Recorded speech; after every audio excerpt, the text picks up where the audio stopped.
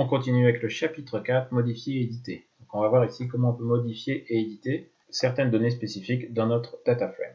C'est la data frame qu'on utilise jusqu'à maintenant.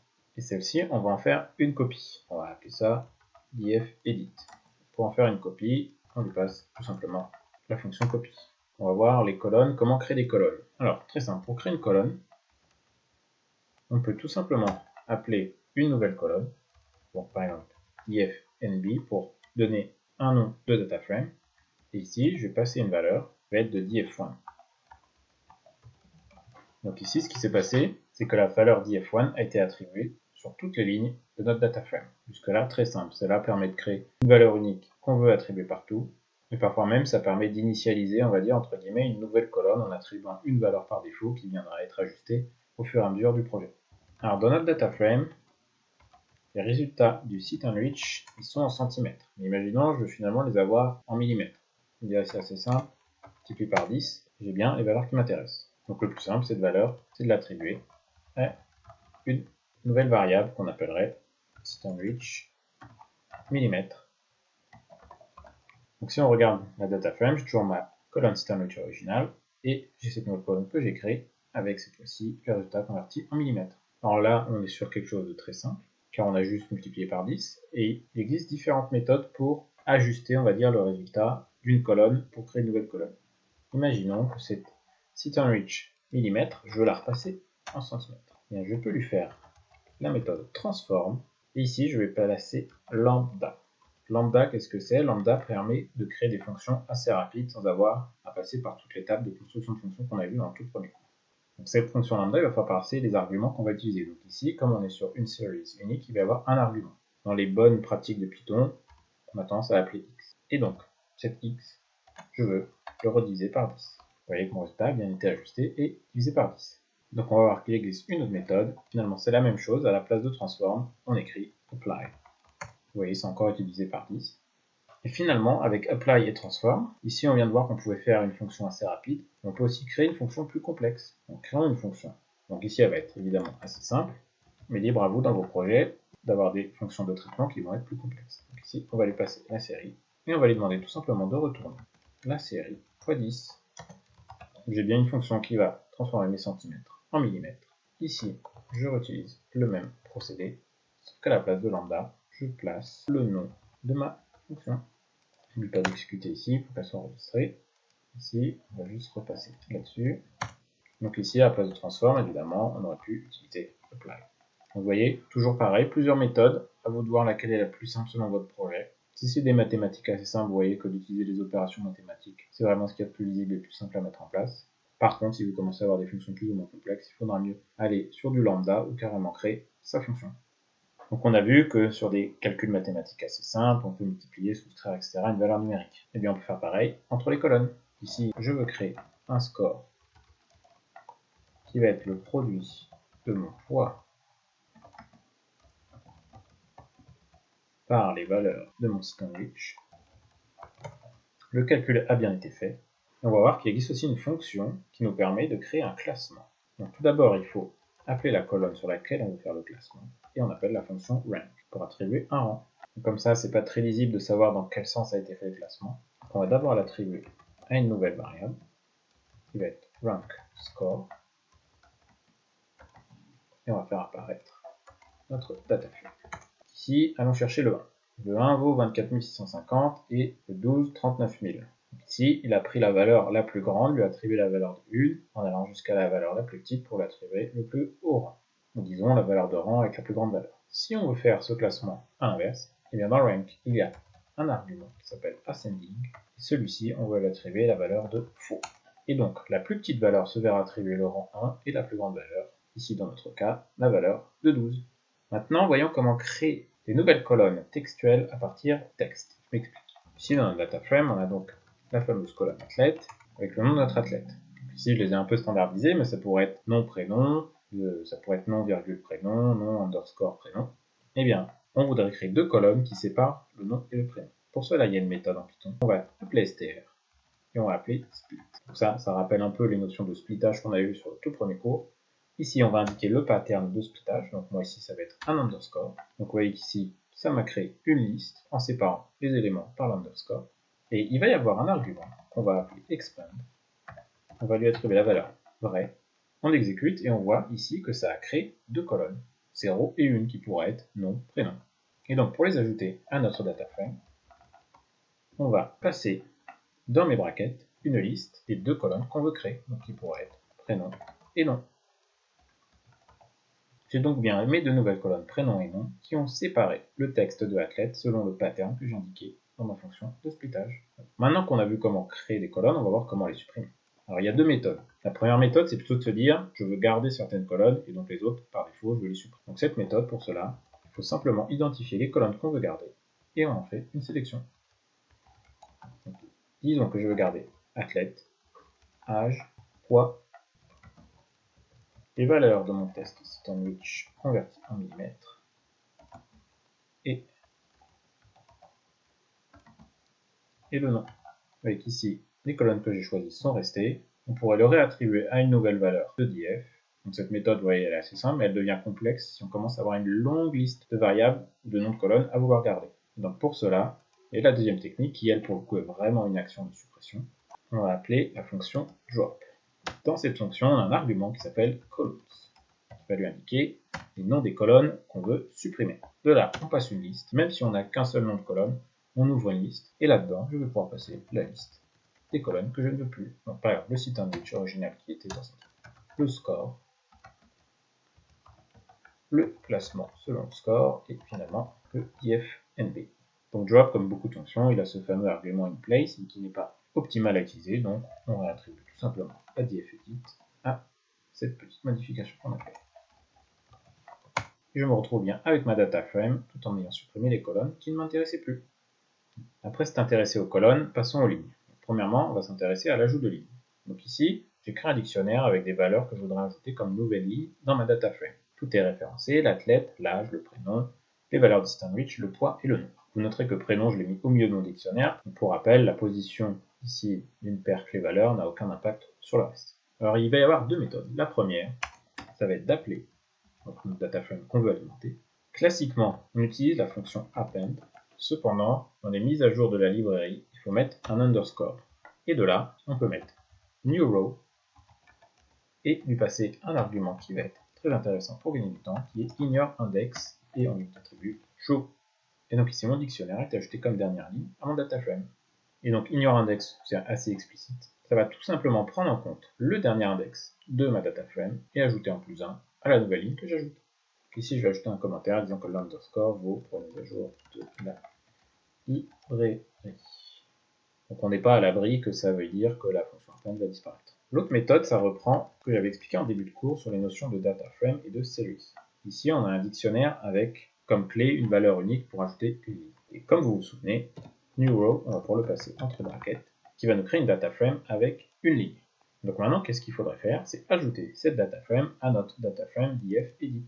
Pour cela, on va procéder à de la concaténation. Donc la concaténation, c'est une des méthodes qui permet d'alimenter les data frames. Et donc la concaténation, elle peut être verticale, c'est-à-dire qu'on ajoute les lignes les unes en dessous des autres, ou horizontale, on va ajouter les colonnes les unes à côté des autres. Ici, ce qui nous intéresse, c'est donc la concaténation verticale. Pour cela, il y a une fonction qui est concat. Vous voyez qu'ici, j'appelle directement la librairie Panda et que je ne vais pas chercher à appliquer cette fonction directement à un objet qui peut être une data frame. J'ouvre des brackets et je vais passer la liste de mes deux data frames, voire plus, que je veux concaténer. La première, c'est ma dfedit. Et ici, on va copier ça. On pourrait éventuellement créer une étape supplémentaire en attribuant ceci à une valeur df new row et ici mettre df new row. Et ici, on va encore utiliser ignore index égale true pour que le numéro d'index vienne s'incrémenter, disons naturellement. Et donc, dfedit, je lui attribue ça. Et ma nouvelle ligne est bien arrivée en fin de data frame. Maintenant, voyons la modification de ligne. Alors, prenons un exemple avec notre data frame ici, et supposons que sur mon site internet, je me suis trompé, tout ce qui va être au-dessus de 370, c'est faux parce qu'on ne peut pas aller au-delà de 370. Alors tout d'abord, on va faire un filtre. Donc je vais chercher la colonne qui m'intéresse, donc ici, les résultats du site sandwich, et je vais aller chercher tout ce qui est supérieur à 370. Donc, voilà comment je procède à mon filtre. J'ai bien les lignes qui m'intéressent. Et toutes ces valeurs qui dépassent ce seuil, je veux leur attribuer une autre valeur qui va être finalement 370. Je localise avec lock et je vais chercher mon sit on reach pour finalement attribuer cette nouvelle valeur de 370. Et si on regarde maintenant notre data frame, vous voyez bien que 370 a été remplacé à plusieurs endroits. Quand on veut remplacer du texte ou le modifier, il y a également une fonction. Donc partons sur notre colonne prénom. J'appelle la fonction replace, finalement assez intuitif, et je veux remplacer. Et dans replace, quand c'est vraiment un seul mot qu'on veut remplacer, on va donner deux arguments. Le texte qu'on veut remplacer et le texte de remplacement. Donc imaginons qu'ici je veux le remplacer ATH par prénom ATH. Vous voyez qu'ici toute ma colonne prénom a pris cette nouvelle valeur de prénom ATH. Faisons une attribution à prénom. À présent, il y a juste une portion où je ne veux pas mettre prénom underscore ATH, mais juste P underscore ATH. On peut reprendre le même principe qu'on a vu au-dessus, mais cette fois-ci, on va y aller avec IO. Imaginons que je veux aller à partir de mon 6e index jusqu'à la fin, et je sais que ma colonne prénom, elle arrive en 4e index. Et bien, je vais lui attribuer cette nouvelle valeur. Vous voyez, tout s'est fait comme il faut. Maintenant, replace, si on veut lui donner plusieurs textes existants pour les remplacer par d'autres textes qui, eux, ne se correspondent pas, eh bien, on va devoir passer un dictionnaire. Ici, prénom, je lui mets replace, j'ouvre un dictionnaire, et cette fois-ci, mes paires clés-valeurs vont être 1 à la clé, la valeur à changer, et la nouvelle valeur à attribuer. Donc ici, prénom, ATH, va de revenir, ATH, et P, ATH, va également revenir ATH. Vous voyez, la colonne est bien. Une dernière étape. Et on est revenu en bonne et due forme. Alors replace, ça va aussi fonctionner avec des valeurs numériques. Imaginons je vais sur l'âge, replace, et on va modifier plusieurs âges. Je veux que tous ceux qui ont 20 ans soient finalement attribués à 21, et tous ceux qui en ont 30, on leur attribue un âge de 29. Vous voyez ici l'avant-dernière ligne est à 30, je suis bien passé à 29. La 8e est à 20, la 8e est passée à 21. Et donc, suivant la même logique qu'on avait avec les colonnes, on va pouvoir supprimer des lignes. Donc ici, on va avoir trois méthodes. La première, elle est assez simple. Finalement, c'est la fonction drop. La différence, c'est que l'argument va être index. Et ici, il faut rentrer précisément la valeur d'index qu'on veut supprimer. Je suppose qu'on la connaisse. Ici, par exemple, 12. J'ai bien ma ligne d'index 12 qui a été supprimée, donc qui était la ligne que j'ai ajoutée dans l'exemple d'avant. L'autre façon de supprimer, finalement, on l'a vu au-dessus. C'est plus de la sélection et non sélection, disons. Par exemple, quand je la filtre et que je veux garder uniquement des valeurs de sit on reach qui sont inférieures à 360, dans le fond, j'ai supprimé les autres lignes. Et donc la troisième méthode, finalement, c'est une combinaison des deux qu'on vient de voir juste au-dessus. Donc reprenons mon filtre. Donc je me retrouve avec la même chose, mais moi ce que je veux en réalité, c'est supprimer tout ce qui n'apparaît pas ici. Pour cela, je fais la condition contraire à l'aide de la tilde. Bien penser à passer ma condition entre parenthèses quand je mets la tilde. Ici, je passe index. Je récupère donc la liste d'index qui correspond à cette condition. Donc on va l'enregistrer sous un nom index to delete. Et en reprenant celle-ci, au lieu du 12, j'ai juste à lui placer ma liste index to delete. Et il me reste donc la portion de la data frame qui m'intéressait selon mon filtre. On va voir la notion de multicondition. Alors là, on va utiliser une fonction de NumPy que je trouve assez sympa, qui se nomme npSelect. Et donc select, elle va prendre deux arguments. En premier, des conditions, et en deuxième, la réponse en retour aux conditions. Et donc ces deux arguments doivent être des listes. Donc on va d'abord commencer par le résultat à la condition qu'on va appeler CRRES. Moi, je veux deux conditions qui vont être, on va faire ça très simple, souple, pas souple, en fonction du résultat au sit on reach. Ça va être mes deux possibilités de sortie. Et mes conditions, je vais les passer entre parenthèses chacune pour que ce soit plus lisible. Et donc pour la première condition, il va falloir que le résultat à mon sit on reach soit, disons, supérieur à 350. Et donc, il faudra deviner, pour le condition, que ce soit inférieur ou égal. Donc maintenant, dans npSelect, comment ça s'organise? Je passe d'abord, comme je l'avais mentionné, mes conditions, et finalement, mes résultats. J'ai donc la liste de mes résultats, donc ici, c'est pas forcément très parlant, mais on va pouvoir l'attribuer à une nouvelle colonne, qu'on va appeler RES sit on reach.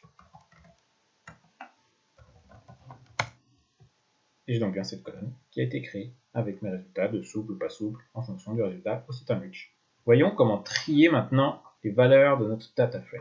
Toujours avec notre même célèbre data frame qui suit, on va appeler la fonction sortValues.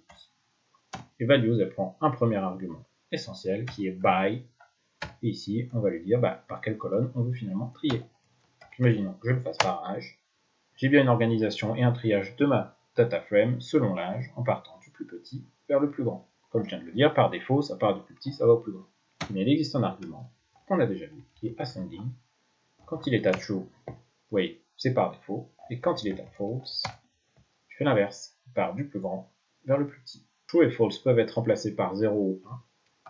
0 sera false, vous voyez, et 1 sera true. Je le rajoute ici en commentaire, 1 égale true. Ça, c'est la façon de trier la plus simple. On peut aussi trier de façon plus complexe à l'aide de plusieurs colonnes. Ça s'organise avec la même fonction, sauf que cette fois-ci, by va prendre une liste de colonnes. Donc imaginons qu'on trie tout d'abord par l'âge, puis finalement par le poids. Donc par défaut, qu'est-ce qui s'est passé? L'âge a été trié du plus petit au plus grand, et si l'âge est égal, alors le poids a été classé du plus petit au plus grand, comme on le voit ici avec 20, 85, 93, 93. Et donc là, le ascending, on va pouvoir lui passer aussi une liste. Donc ça peut être les 0, les 1 ou les true et false. Donc ici, si je mets 1 et 0, qu'est-ce qui s'est passé? On va d'abord trier par âge en prenant valeur 1 pour l'ascending, donc toujours du plus petit vers le plus grand, et une valeur 0 pour le poids. Cette fois-ci, de la valeur de poids la plus grande vers la plus petite. Et on le voit ici sur le 20, qu'on part de 93 et qu'on redescend finalement à 85. Je pourrais faire l'inverse. On part bien d'un âge plus grand vers le plus petit, et lorsqu'il y a une égalité, on a d'abord le 87 qui est plus petit et le 91 qui est le plus grand. Alors vous voyez, une fois qu'on a organisé ça, les index par contre, eux, ils sont restés là. Bien, si on veut réorganiser ces index, il y a encore un argument qui nous sauve. Ignore index égale true. Et voilà, j'ai fait mon triage et j'ai mes index qui ont été rétablis tout proprement.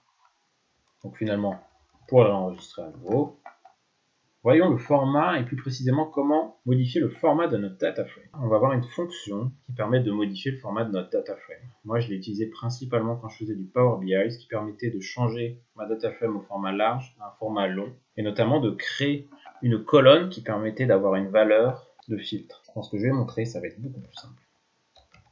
Donc, cette fonction, elle s'appelle melt. Premier argument, ça va être la data frame qu'on veut modifier. Deuxième argument, c'est idvars. Et ça, ce sont les variables ou les colonnes qui ne vont pas bouger. Donc moi, je veux que athlète et âge ne bougent pas. Le deuxième argument, ça va être values var. Et là, ça va être la liste des colonnes qu'on veut, disons, transposer. Qu'on veut passer d'un format large à un format long. Donc moi, je veux que ce soit poids,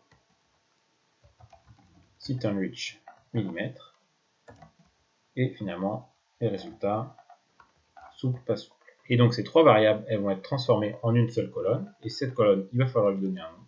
On passe l'argument varName, et je vais les appeler tout simplement test. Et les résultats de ces trois colonnes, qui vont créer eux aussi une nouvelle colonne, il faut lui donner un nom, valueName, que je vais appeler RES, pour résultat test. Et donc voilà comment a été changée ma data frame. Athlète et âge sont restés intacts, mais ils sont répétés plusieurs fois, et vous voyez que ici, ce qui va se répéter, ça va être le nom de mes anciennes trois colonnes, poids, sitOnReach, et le résultat au sitOnReach, ainsi que les valeurs ici. Donc ce que je mentionnais avec Power BI, c'est que vous allez peut-être avoir un graphe qui va dynamiquement se modifier selon une liste déroulante, ou dans cette liste déroulante, vous allez avoir peut-être poids, sitOnReach, etc. Ici, dans mon cas, c'est ces valeurs-là. Et bien pour que Power BI puisse filtrer, il faut avoir ce format-là. Car avec Power BI, du moins je n'ai pas trouvé comment faire, une liste déroulante avec une valeur ne va pas pouvoir aller sélectionner une colonne. Voyons l'itération. Avec Pandas, on a différentes fonctions ou méthodes qui nous permettent d'itérer sur notre data frame et d'avoir de l'information. Donc la première qu'on va voir, ça va être iterRows. Si je l'exécute, on voit juste que c'est une data frame iterRow. Donc ce iterRows, comme on est sur une itération, on va voir une boucle for. Et ce iterRows, il va nous retourner deux éléments. Un index, qui va être le numéro d'index de notre ligne, et row, finalement, qui va nous retourner toutes les valeurs de notre ligne sous un format dictionnaire. Et donc ce format dictionnaire, on a toujours cette notion de paire clé-valeur, avec la clé qui va être le nom de la colonne et la valeur qui est attribuée à la ligne. Et donc ici, on pourrait mettre une phrase qui va tout d'abord prendre en compte le nom de l'athlète. On va dire qu'il est souple, donc on va procéder à une condition. Si la valeur de la ligne au test sit unreach en millimètres est supérieure à 350, sinon on va toujours reprendre le nom de notre athlète et dire les raids. Et donc on va imprimer ce résultat. Et vous voyez, j'ai bien itéré ma data frame, athlète est souple, set est raid, etc., etc. Maintenant, ce qui peut être intéressant avec iterO, c'est que on voudrait créer cette condition et on voudrait récupérer deux informations. D'une part, l'index de la ligne auquel se trouve un certain résultat et le nom de l'athlète qui est lié. Donc, si je reprends ceci, je vais lui dire que si bien, la valeur pour sit unreach en millimètres est inférieure ou égale à 350, identifier les athlètes RAID, on va avoir ici une liste avec l'index de notre data frame qui est lié à ce résultat et le nom de l'athlète. Donc j'ai dit que cela, je voulais les récupérer dans une autre liste. En amont, on va se créer une liste d'athlètes RAID. Là, vous voyez, j'écris liste, mais on peut aussi bien mettre juste des brackets vides. Et donc c'est ce résultat que je vais ajouter à ma liste athlètes RAID. Et donc bien ici, j'ai mes paires, index de ma data frame et le nom de l'athlète. Et finalement, il y a une deuxième fonction méthode d'itération qu'on va voir qui s'appelle items. Ici, toujours la même chose, j'ai bien un data frame et un items. Et donc, on va passer sur une boucle. Et là, j'ai toujours deux informations qui vont être le nom de ma colonne et finalement les valeurs de ma colonne ou ma série. On peut faire ça, ça ne va pas forcément être très lisible. Et vous comprenez, ici, donc, j'ai ma colonne athlète. Ici, j'ai mon index 0 avec la valeur athlète. Ici aussi, âge avec l'index 0, la valeur 30. Et donc, à partir de là, on pourrait lui passer une condition. Que si le nom de la colonne, eh bien, c'est le poids, alors, imprime-moi et calcule-moi la médiane de cette colonne. J'ai donc une valeur de 91 qui est la médiane de ma colonne poids de mon data frame.